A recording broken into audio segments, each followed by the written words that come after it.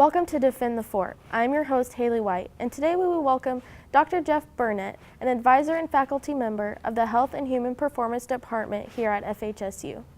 He is now in his 16th year at FHSU, and earlier this month he received the 2018 MIAA Student Athlete Advisory Committee Mentor of the Year Award at the MIAA Awards in Kansas City. Dr. Burnett is a minister and a director for Encounter, the spiritual group for college students at Celebration Community Church in Hayes, as well as the team chaplain for FHSU football. Dr. Burnett continues to impact the students' lives off campus as well. He sponsors a mission trip annually to Haiti that focuses on giving back to the country through community service. With him today is Jacob Newcomer, and later we will be joined by Skylar Henson and Casey Kennett. Do you want to tell me a little bit about how you first came up to organize a trip to Haiti a few years ago, Dr. B? Sure. About 5 years ago, after one of our Encounter events on Wednesday nights, I just came home and I knew that I had a group of young men and young ladies that their hearts were just mission. Well, it wasn't mine. Even though missions is very important, it's just something that never really crossed my mind to take this organization. Well, you know, fortunately for me, my wife's mother was visiting. And so I sat down and had a great conversation with her and explained to her the hearts of so many of these young men and young ladies that I have an Encounter. And one of her very good friends is a missionary in Haiti. And then phone calls were made and organization was done and we gathered around hoping that we might have 10 to 15 people go to Haiti the very first year, and we ended up having over 40, and we've been there for the last 5 years ever since. Awesome. Jacob, how many times have you been to Haiti? This was actually my first time, and so yeah. Okay. It was awesome. Was it more than what you expected, or what was your expectations going into the trip? So one thing that they told us was to make sure you basically clear all expectations and just go. And so, of course, though, like you're always thinking in the back of your mind, what's it going to be like? And so it completely blew my expectations out of the water. So yeah, I just showed up and just seeing like an actual like third world country and just how things go is just mind blowing. So yeah. And Dr. B, what were some of the things that you saw that worked the first year? And then maybe going into the second year, you thought that you could tweak it a little bit. It's really about the kids when we go. The first year we went, I was having phone conversations back and forth from Haiti, which is always a little bit sketchy technology-wise. And we thought that there was going to be about 90 kids there, and I mean little kids. And so we had about 40-something going that year, so we were like, okay, well, let's get organized for this manner. Well, the day before we found out, no, that was 90 kindergartners. 4 or 5 year olds, and so we weren't quite as organized as well what we thought, and we weren't used to just not having different types of facilities to put on different types of programs, and teaching them how to brush their teeth and teaching them the cleanliness and picking up trash and taking care of yourself and how to count, and so that first year we were really winging it as we went forth because we didn't know what to expect. Well, the year after that, when I had Talia Cars, who is somebody that really is heart as missions, and Drew Gannon, who's hearts for missions too, they really got together, and Garrett Cars also, and just really organized so much better, realizing that we don't have 90-something kids, we had 400 orphans, and so that made it just a huge difference of organization. That's great. So as 2 years go by, you've gone to Haiti twice now. Was there a particular instance where you knew that you wanted to make this an annual thing? Sure. Well, this is actually our 5th year to go. The first year, again, not having any expectations, not knowing what's going on. We didn't even know what we're going to do from day to day, hour to hour. And so it was going well, and we were helping build fences, which are all stone, and carrying 96-pound concrete bags, which was really difficult all day. And then we got to the very last day, and to see these young men and young ladies of Fort Hays and just really come into tears of the relationships they made with these children, and hoping realistically that they were even going to be alive the following year. And really just see the tears and see them break down and see their hearts just reach out to kids from 4 years old all the way up to 16. I knew right there that we had to make this an annual event because it just changes hearts. That's awesome. Jacob, he mentioned, the relationships that you made with the people that were in Haiti. What about the relationships with the other students that attended? Oh, so that's the thing. When I first met all the people that were going, I had a small group of friends that I knew, but other than that, there's a bunch of people that I didn't know. And so we had these meetings throughout, just trying to prep us for what was going on there. And so I slowly met people there, but it's when I got to Haiti that I don't know, we all just kind of became best friends. Yeah, so I now have all these lifetime best friends that I know I can hang out with still. And so yeah, it's crazy how much you bond when you get there. Just even being on buses, and when people don't realize, when you're in a country like this, we did have a bus. We were very fortunate enough to rent one. It has holes in the bottom of it, so you got to be careful that you're not going to fall through the bus. But you're sitting on top of each other, and you're hot, and it's 90-something degrees with 90-something humidity, and you're hungry, and you're hand feeding each other, and you're sharing waters, and it's okay that nobody smells good, you know, and you're just side by side, shoulder to shoulder, in it together, and it just forms that bond, not only between them, but as I don't get to spend a lot of time with every single person during the year, and then we get to go on this mission trip, and you really get to see individuals and who they are and what's in their heart in a situation where it's just you and these kids, and that's all that you have. And so the communication aspect is high, and it just really does form that lifelong bond moving forward. Right. So have there been any students that have attended all 5 years? Just one other. I've been the 5 years, and then an instructor in health and human performance who was a undergraduate, who made herself through graduate school, and then was instructor was Kelsey Bellinger. She is getting married actually this weekend, and then we've had a couple of other ones like Talia Carge, who's the women's assistant basketball coach, has gone 4 years, and her husband's gone 4 years, and Paige Lunsford, the graduate assistant, has gone 4 years. So we've got a lot of people that haven't gone quite every year, but a lot of 4 and even 3, and you're going to meet some 2s. Here, and then some people that have gone 1. It's just exciting in all different levels, because every year it's completely different. It's never been the same. We get to see some of the same kids, which just makes those relationships fantastic. But every year it's just a little bit different, it's a little bit tweaked, and it makes it so much fun. That's awesome. You've touched on this before, how important it is to go over there and help those in need. Besides the importance of, what you guys are doing for those communities, what is your personal takeaway, your biggest takeaway from the trips to Haiti that you have? Well, I'll be very honest with you. When I set this up the first year and I was making the contacts, I actually put this all on my leaders, and I thought to myself, I'm not going. I don't want to do this. This is going to be hard. I'm going to be uncomfortable. And even being the leader of this group, I'm not going to go. But I knew that I needed to go. In fact, my wife was like, this is something that you really need to lead. And so I stomped my feet, and I kind of threw a little fit, and I went. But my heart going is those Haitian children and their people that are taking care of them, because a lot of their parents are no longer alive anymore with the hurricanes and the earthquakes and just the famine that goes on within that side of the island. But just to watch these Fort Hays State students just come alive and bond together and put themselves aside and make this trip all about what can I do to love on these children that have nobody holding them at night, have nobody tucking them in tonight, don't have enough food, and just giving them their food and telling, I'm not going to eat it, I'm not going to drink, and just see the unselfishness.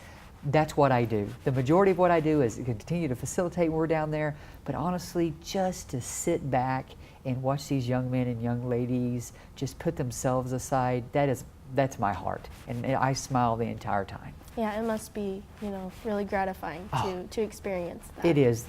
Some of these students that we have at Fort Hays, and there's so many great ones, and I really get to know the ones that are involved in Encounter, and they're just the best. They're just the best. This is what humanity is truly all about. It's not about us. It's about what can we do to help other people, and you see that in action in Haiti, and it's just wonderful. And that's what's so great about your organization. I mean, you're giving these students an opportunity to do something that they probably would never do otherwise. So that's what's really great about it.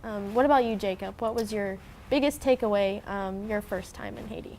So I fell in love with the kids. I absolutely fell in love with them, because when we like rolled up on the bus, I had no idea like how many kids, like you were saying. I was expecting like 40, 50 maybe. And then just they come running out of the houses and they're just so excited to see the bus pull up, and it was so cool. And also just how they're so happy with just the little things.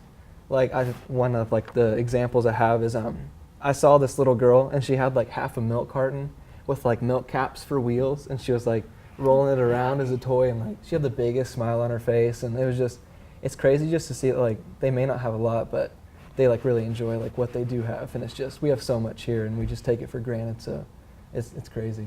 My little girl, every year that we've gone, Victoria, she's 10 now, so the last 5 years, she always goes into her room and grabs some of her dolls and puts them in my suitcase, and then throughout the week, you know, I'm able to, you know, sneak some of those little girls some dolls, and just to see them on day one, and then the last day that we get to see them, and they are just holding on tight to these dolls that just means so much to them, because they actually have something, and somebody gave them something, and it's fantastic. And you know, as we fight over, well, this doll's not good enough, this phone's not good enough, and I need better shoes, and I got to have this brand, and they're just holding on to the love that you give them, no matter what that is. It's just special, and it just puts life into perspective. It really does, of really truly how blessed we are as Americans, even when we think our life is not going so well. But it's just to see them and give a doll that costs $1, and see the little girl just grab it and kiss it and hug it like it's the best thing ever. It's just, it'll make you cry. Yeah, I tell them every day you go, you will laugh and you will cry every single day, so just get ready. It'll make you appreciate, you know, the little things in life. It really Definitely. does. Yeah. Jacob, tell us how, so for a person that has never went, you know, a day in Haiti. So, you know, from the time you wake up to the time you go to sleep, what are you doing? Okay, so we basically would wake up every day, we'd eat breakfast, because like they had these wonderful cooks. At 6 a.m. 6 a.m., yes. Well, they woke up at 3 one time. Yes. I stayed up all night one time. It was a horrible mistake. And so I went into the kitchen to go to the bathroom. It was right next to it. And I saw them at 3 o'clock cooking, which was just a blessing. So yeah, they were awesome. So we would wake up, we would eat, and then we would start our day off with worship and a little message. And then the rest of the day is just loving. Honestly, that's all it is. We go through the town just trying to love people, and then we're just going to different like villages and just loving people. And so that's the main thing, is just getting to go and love on a bunch of awesome people that just don't always get that love that is needed. So there's all kinds of skits and games during the day.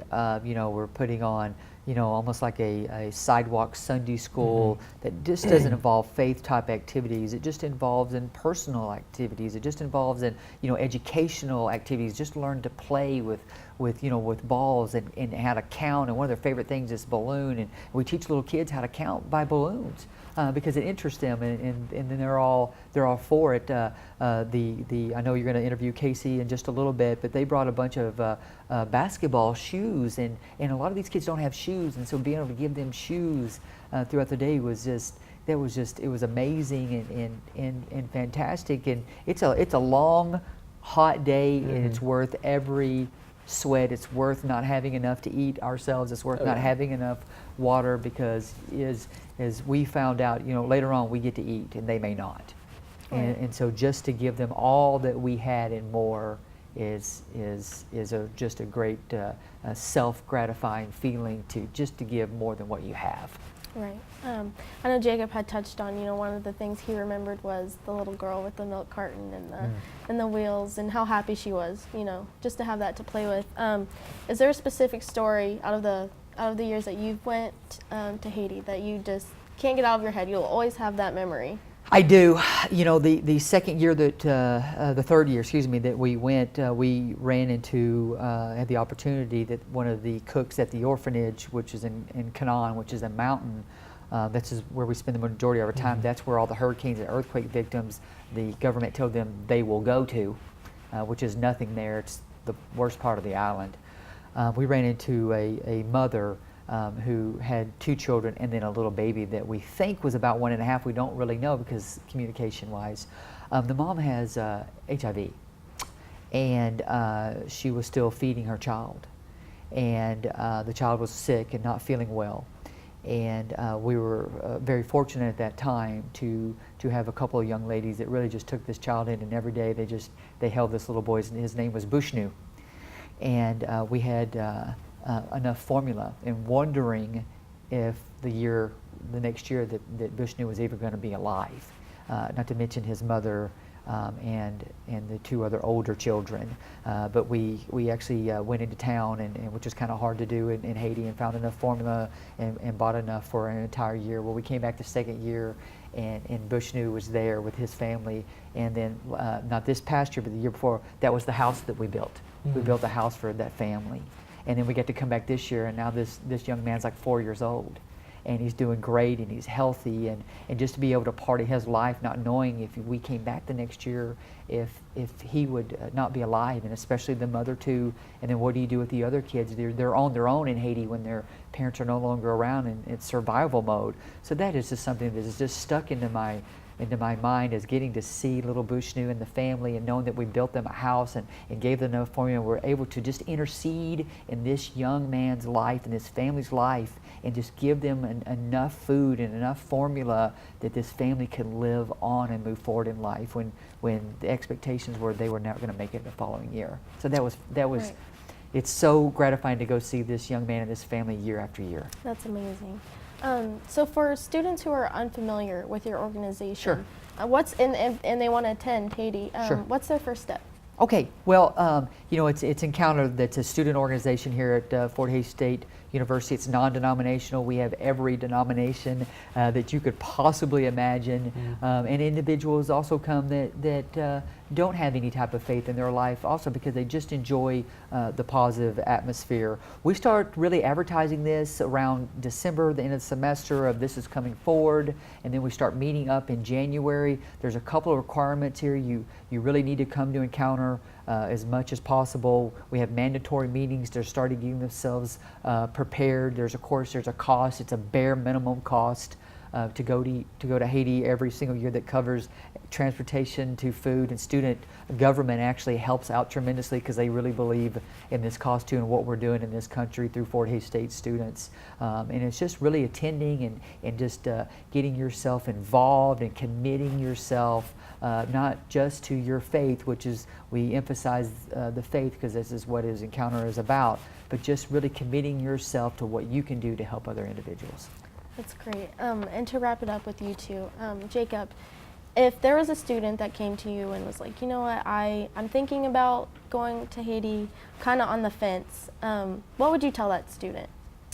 I would honestly just show them a video of the kids. That's my heart for them. Like I fell in love with those kids, and so I would tell them just the community and like just showing like those love to those kids and like the families.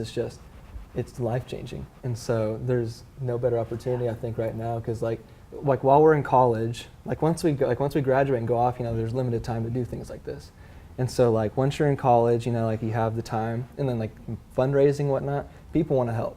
Like that was like one of my major concerns was like I can't fundraise this much money, but like I got it in no time because you really realize that people really want to help you, and so yeah, just the kids it's too good. I love them so much. It is. And so, yeah, I'd show them that. We always ask everybody as soon as we fly back into the United States okay, we're back in the U.S., what do you want to do? And the answer is unanimous, let's get on the next plane back. Yeah. And True. And it is absolutely oh, yeah, true. 100%. And I think everybody you ask will tell you the exact same thing of how just much they miss these Haitian kids and how they're already ready to go back and cannot wait till next May to go again. That's truly amazing. Last question for you, Dr. B. So you talked about, how much fun that these students really do have and how much they are giving back. Were you surprised at the success rate as far as, your organization has grown so much Sure. within the last 5 years. Were you surprised at how many students actually attended? I am. People don't realize when I took over, it wasn't ever a student organization 5 years ago, and that was one of the first things we did was make it a student organization because nobody had really heard of Encounter. And a lot of times there was just 12 of us, and sometimes there was just 2 of us. Mm-hmm. And just continue, really what it's about is just investing in students. And that's what I did. I want them to feel loved. I want them to feel accepted. I want them to feel appreciated, and I want them to grow and to develop, personally, not just trying to get through school, because it's so much more than being in a classroom. There's so much more off and outside the classroom that affects the on, and so it's just grown and grown and grown and grown with many different opportunities, and students feeling like there is a place to be accepted, there's a place to belong. Just come as you are, and you're going to be loved exactly where you are. And because of that, I think that it has grown to what it is today. That's great. Thank you guys so much for sitting with pleasure. me. Yeah, thank you. And when we come back, we will be sitting with Casey and Skylar and getting in on their experiences in Haiti.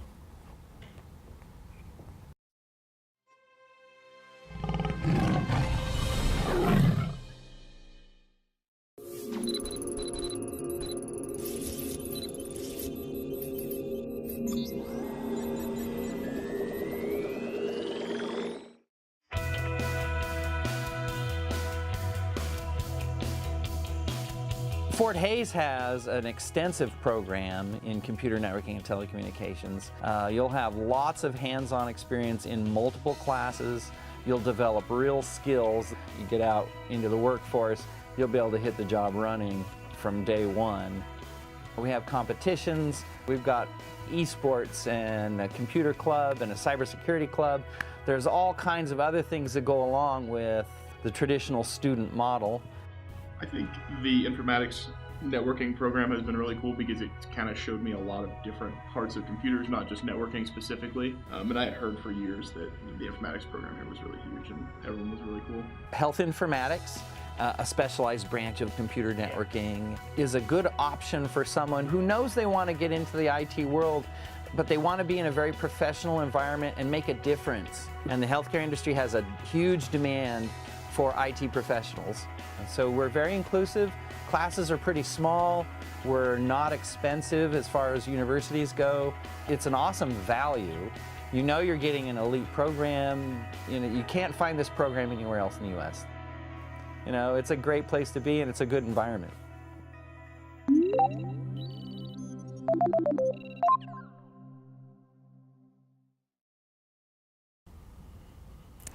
We're back, and I'm here with Skylar Henson and Casey Kennett. They're going to discuss their experiences with their Haiti trip. If you girls just want to introduce yourselves and then also tell us how many years you have attended the trip. Sure. I'm Casey Kennett. I'm from Olathe, and my major is pre-physical therapy. This was my second year going to Haiti. I'm Skylar Henson. I'm from Ray, Colorado. I will be a senior majoring in general studies with concentrations in leadership and psychology, and this was my first trip to Haiti.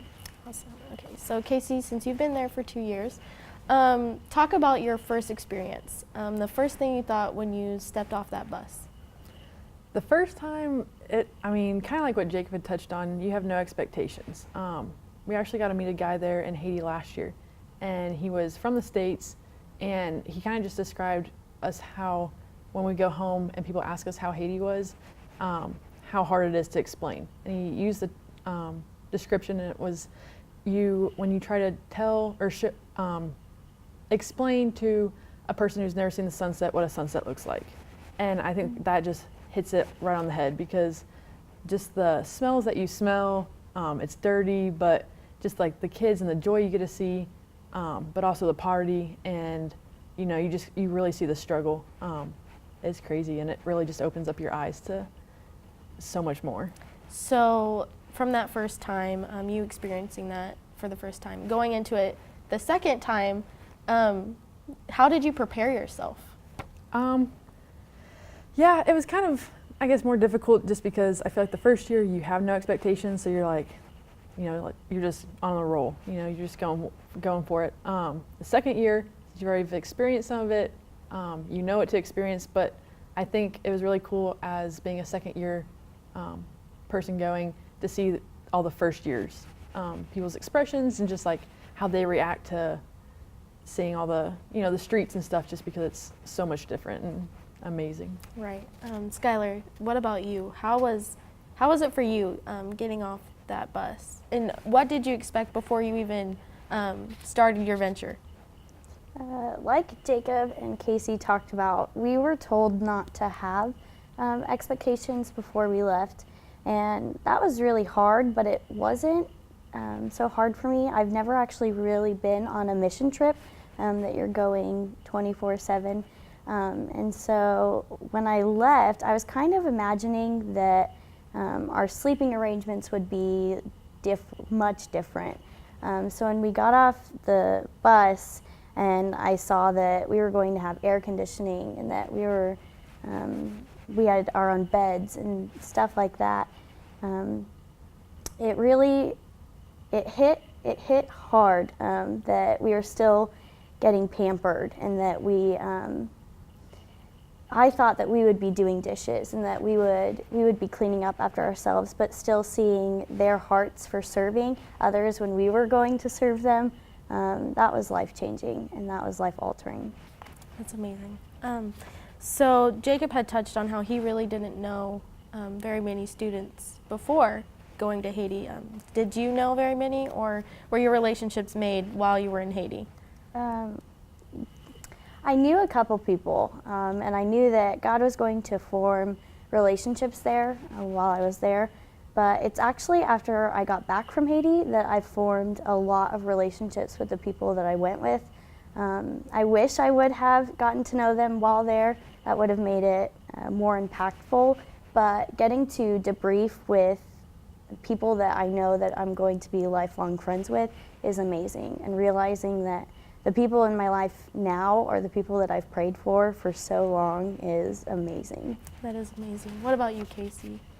I mean, I knew quite a bit of people just from the people that had gone my first year, so last year. But there was a good group that had been and that hadn't been, and so there's people that hadn't been before I didn't know very well. But when you go to Haiti, there's no cell service, there's no distractions. And so you're so intentional about spending time with those people and having intentional conversations and stuff like that. You really just get to know the person and their heart a lot faster than you do in the States. That's great. So Jacob and Dr. B both talked about, one of their memorable stories. Do each of you have a story that you think will stick with you forever? I do for sure. My first year, I met this little boy, and he wouldn't leave my arms. He was, I think, 13 last year. And so it was a 13-year-old boy. You think, you want to play sports. We had soccer balls there. But no, he just wanted to be held. He just wanted to be hugged on, loved on, stuff like that. And so this year I got to see him again. And he's 14 and he's grown so much. And I don't know his backstory. I know he's got a couple of brothers and he takes care of his little brother who's, I think, 2. And so just getting to see him grow up and be the little man that he is and how loving he is. It's so fun and nice just to be able to love on him because you don't know what their home life's like. That's right. What about you, Skylar? When we first got off the bus in Cannon, like Jacob said earlier, it was overwhelming to see how many children were actually there that ran immediately when they heard the bus, because with all the problems with the bus, you heard it. And so as soon as we got to Cannon and we got off, these 2 girls ran up to me, and I loved it. I loved them immediately. They had the biggest smiles on their faces that I've ever seen. And I was one of the leaders for the skits and the games, and so I had to leave them. Like, I couldn't sit with them during all of that. So I had to get a translator to tell them that they couldn't follow me. I had to go up to the front. And so the next day I was really nervous because I didn't get to spend a lot of time with them. I was nervous that they would have forgotten about me and found someone else, which would have been great. But as soon as I got off the bus, they were the 2 girls that I saw first, and they ran to me and I immediately started crying. It was just neat to see that they don't forget when they see love, and they taught me how to love. And it was incredible. That's great. What would be your biggest takeaway from the entire trip? From the entire trip, while I was there, I fell in love with Haiti and I fell in love with the children, but I also got to experience something life-changing, and that was God's reckless love for me.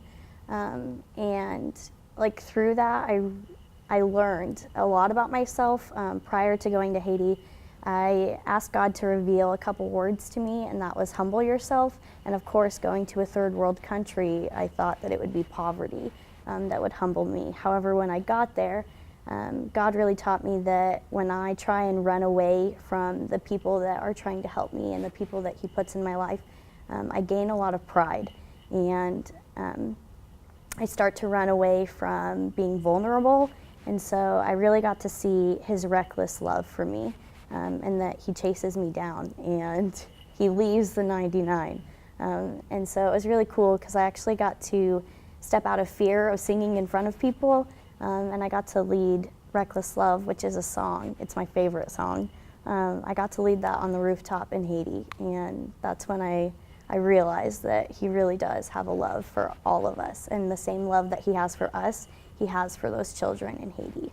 And it's possibly something that you would have never learned had you not went on the trip, so that's amazing. Exactly. What about you, Casey? What is your biggest takeaway? My takeaway would just be, one, their joy. It's indescribable, just the way that they are constantly living in joy when they have nothing. But probably the biggest thing this year especially was that God not only sees me, but sees them as equals. And so though we look not necessarily down on them, but we definitely see that, they don't have as much as we do and all that kind of stuff. They live in poverty and it's just a struggle to stay alive pretty much day to day. God loves them as much as He loves us. And that's just so humbling, and it hit really hard.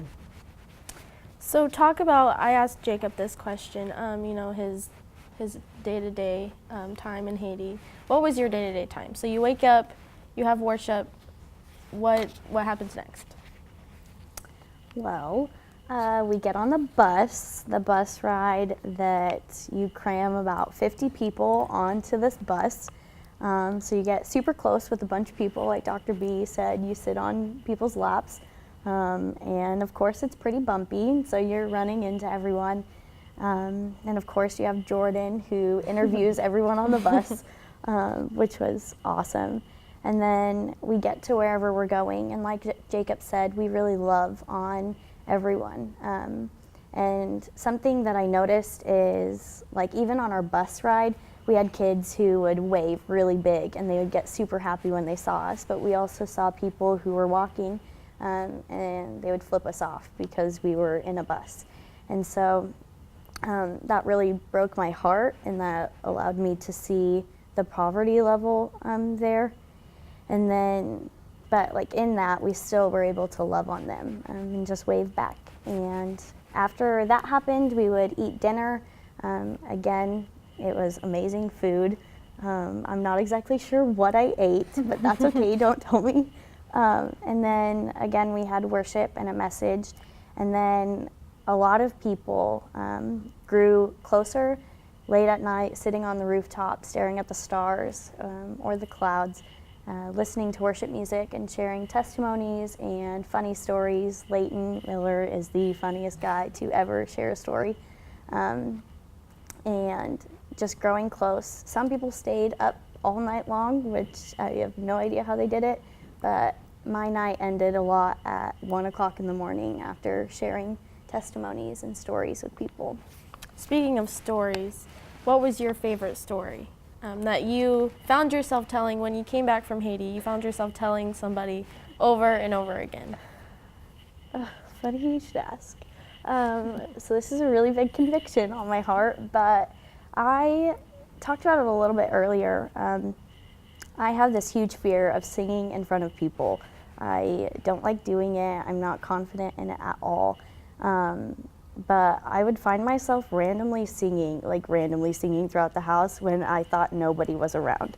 And of course I would get like little compliments here and there. But I also had this dream before we went to Haiti that we would all worship on the roof, because I heard stories of previous years and how awesome it was and how powerful it was, just having this large group singing on top of rooftops. And it wasn't happening, and I was kind of getting a little disappointed, so I guess I did have an expectation before I left for Haiti. And then Saturday night happened, and so many events led to a blackout in the house where they told us that we needed to go to a place where we would want to stay for a little while. And so a lot of us found ourselves on the rooftop, and I just started randomly singing. But it was super quiet, like very quiet. And Ember Stangler, she knows I have a really big fear of singing in front of people, and she encouraged me very bluntly, but it was encouragement, and the Holy Spirit led me to leading Reckless Love. And through that, it was the most powerful moment of my life. That's when I experienced Reckless Love. And so that is my favorite story I share because God really moved in my life in that moment. Everything really does happen for a reason. That's great. Casey, you being a student athlete, obviously you have a sense of leadership before even going to Haiti, but were there some things that you took away from Haiti that you can now transfer onto the basketball court? Yeah, I mean, there's been lots of life lessons and stuff like that. As a competitor, things can get, I wouldn't say heated, but just being competitive, it's hard to really love on your opponents, I guess, if that makes sense. And so I think you don't know what they're going through at home. You could be that one person that plants a seed or ignites a light inside of your opponent, even when they're driving you up the wall or, you're losing or whatever, but just to show God's love to them, like the Haitians showed me, and that I got to show the Haitians. That's great. So to wrap up this segment, if each of you could just tell me what you would tell a student if they were on the fence about going. What do they need to know that they won't know unless they experience it? As Jacob said earlier, I would play our Haiti recap video because I don't think I've ever made it through watching it without crying, and I've watched it a lot. But I would tell them that it truly is life-altering, and until you go, you can't truly understand the impact that it makes on loving on children who don't see that every day. Yeah, I would say, one, pray about it. But if God's really placed that on your heart, I think you're really supposed to go then. Mm-hmm. And if funds are a problem, the way that God provides and provides through other people in your life is crazy. But just to experience Haiti is life-shifting, heart-changing. I mean, it's crazy just what you get to experience there. And it's nothing like you can experience in the States. And I think Skylar nailed it really well when what she had to say. I think what you guys do is truly amazing, and you guys are great role models for those, not only the kids in Haiti, but people back here. When you think of Fort Hays and hear about students going to Haiti and helping it, that just proves how great of a school we really are. Thanks for joining me today, Dr. Burnett. To find out meeting times and upcoming events at Encounter in Hays, you can visit the organization's Facebook page. And as always, to stay up to date on the latest news throughout the week, visit tigermedianet.com.